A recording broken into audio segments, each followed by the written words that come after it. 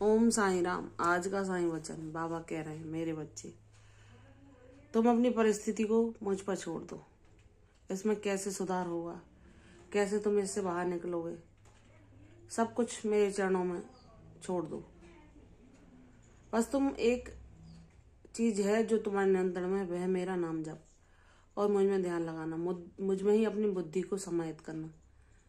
अपने मन से जो कुछ सोचना, सिर्फ मेरे बारे में, मेरे ही नाम का उच्चारण करते हुए अपने जीवन को व्यतीत करना। अपने कर्तव्य कर्म को करते हुए जिह्वा से और मन से, जिह्वा से भी ना कर सको तो मन से मेरा नाम उच्चारण करते रहो, ताकि यह तुम्हारा मन तुम्हें दूसरी बेमतलब की बातों में ना फंसा के सके और तुम्हें मेरी ऊर्जा से दूर करके दुख ना पहुंचा सके। कौन कैसा है, क्या है, तुम्हारे चारों क्या चल रहा है,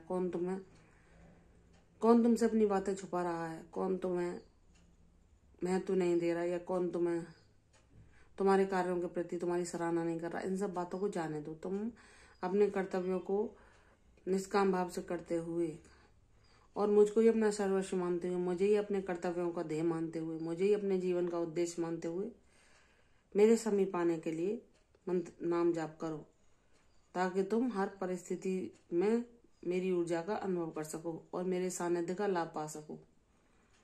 तुम अपने मन को मुझ में लगाओ, मुझ में रमण करने वाले बनो, मेरी ऊर्जा को हर पल महसूस करने वाले बनो, ताकि तुम अपने जीवन को सुखमय बना सको।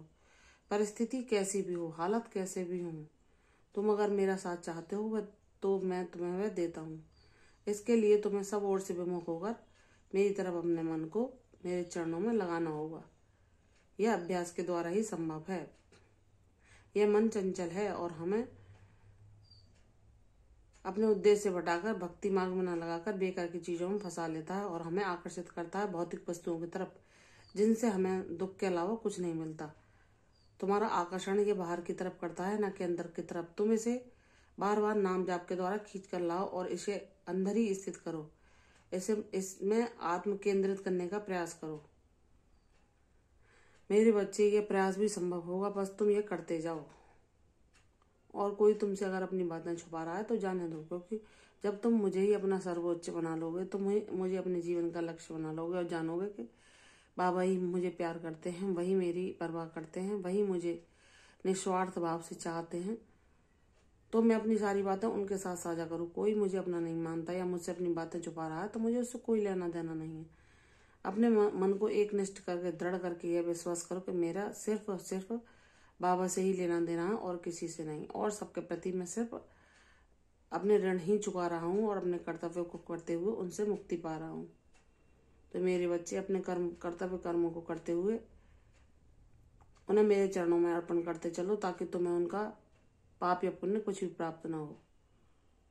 तुम मेरे हित में, मेरे ही दिखाए मार्ग पर चलो, मेरे ही दिखाए कार्यों को करो, ताकि तुम सब तरफ मुझे ही देख सको और मुझे ही पा सको।